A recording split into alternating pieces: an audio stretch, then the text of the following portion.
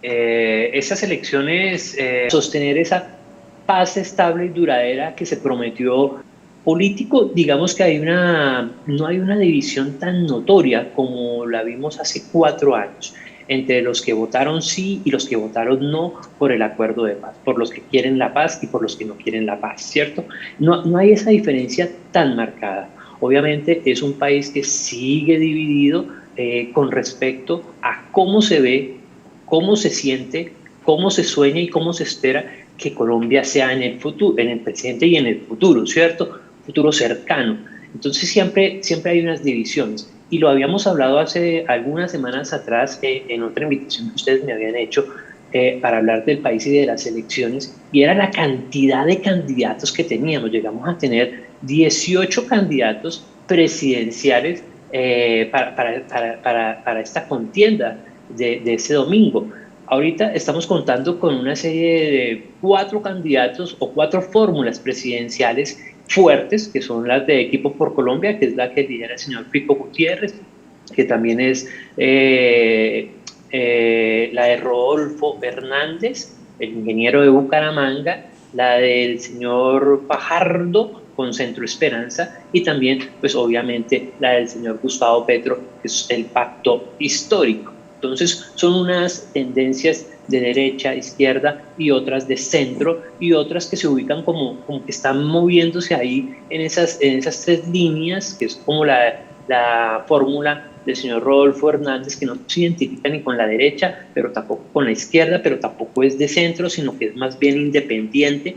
Pero, por ejemplo, esa fórmula presidencial no tiene ningún representante en el Congreso de la República, que es una instancia importante. Entonces, los análisis son: si llega Rodolfo Hernández a una presidencia, ¿con quién gobernaría realmente? ¿Sería un gobierno de unidad o sería un gobierno de alianzas entre sectores políticos tradicionales? Eso es interesante de analizar políticamente hablando. Lo que de pronto podemos también analizar es el tema económico. El tema económico ha golpeado fuertemente a los ciudadanos. Hablábamos Cambiar la hegemonía de poder en Colombia. Hacemos una pausa, estamos conversando con José Manuel Jiménez, periodista colombiano, quien nos está brindando una perspectiva de todo el contexto político previo a las elecciones en Colombia. Hacemos pausa y ya acá en Venezuela. José Manuel, hay 2 candidatos definidos que se vislumbran como los más fuertes. Antes de la irrupción de Rodolfo Hernández, está Gustavo Petro por el Pacto Histórico y Federico Gutiérrez por Equipo por Colombia. Petro lidera las encuestas, hasta ahora es lo que hemos visto, que lidera los sondeos. Pero, ¿qué posibilidades tiene cada uno de estos candidatos ahora con la irrupción de Rodolfo Hernández? Pues las elecciones han venido dando un histórico de aprobación, de aceptación, de querer votar la ciudadanía por Gustavo Petro en su mayoría.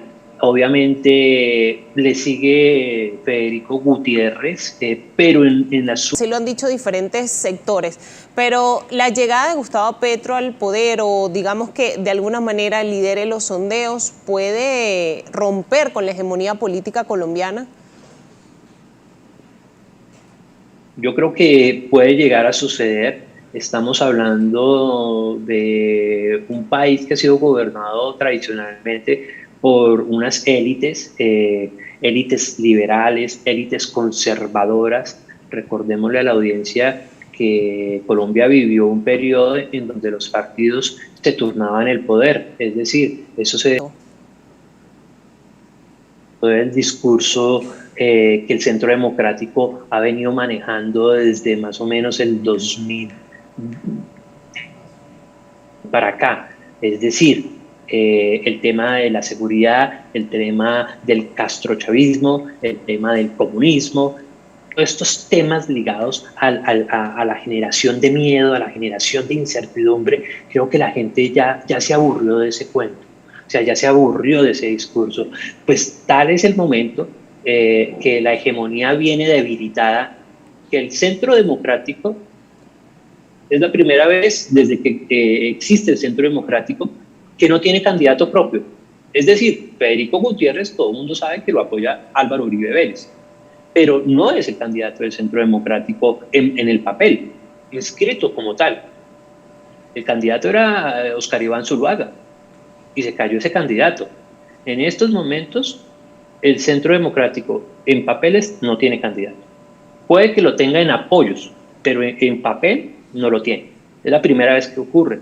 Recordemos las elecciones parlamentarias. El Centro Democrático perdió el poder en el Congreso. Perdió 21 escaños, cuando era la fuerza política del país, cuando eran los que tomaban las decisiones y transformaban las leyes.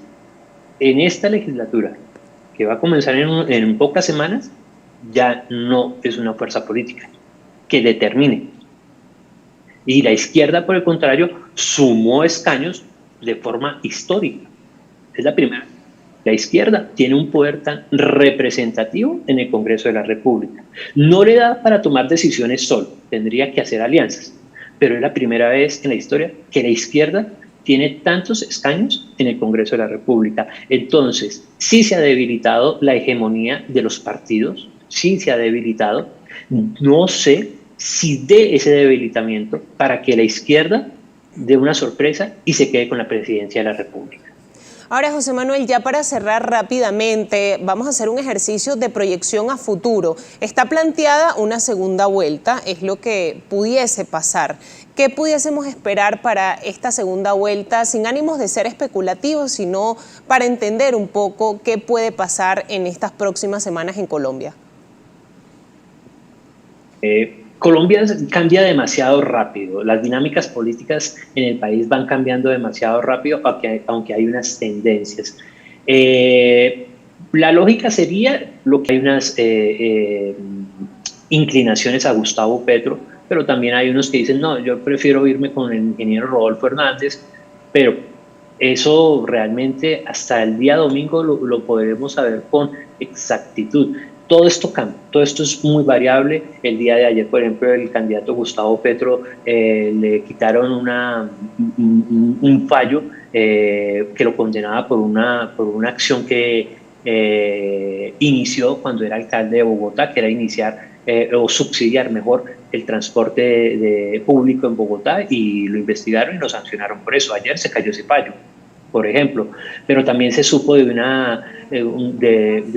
una condena al candidato Rodolfo Hernández. Entonces todo esto varía. Por ejemplo, ayer se conoció la noticia de la senadora electa Piedad Córdoba, que el país está esperando que se aclare qué fue lo que pasó en Honduras con ella. Entonces son varios elementos que de pronto el elector en el último momento cambia la decisión que traía desde meses atrás. Entonces, esto puede variar muy fácilmente, pero podríamos decir que la segunda vuelta va a ser Gustavo Petro, obviamente, y Federico Gutiérrez. ¿Con cuántos votos? No sabemos todavía. Colombia, recordemos que tiene un alto índice de abstención en estas elecciones. Hace 4 años participó más o menos el 53% del total electoral en Colombia. Entonces, más o menos un presidente en Colombia se elige con 10 millones de votos, más o menos. Y desde aquí, José Manuel, por supuesto, le estaremos haciendo seguimiento a todo lo que ocurra en Colombia en los próximos días. Muchísimas gracias por acompañarnos esta mañana y por brindarnos este panorama y este análisis tan completo de lo que podemos esperar el domingo en la primera vuelta de las presidenciales en Colombia. Muchísimas gracias.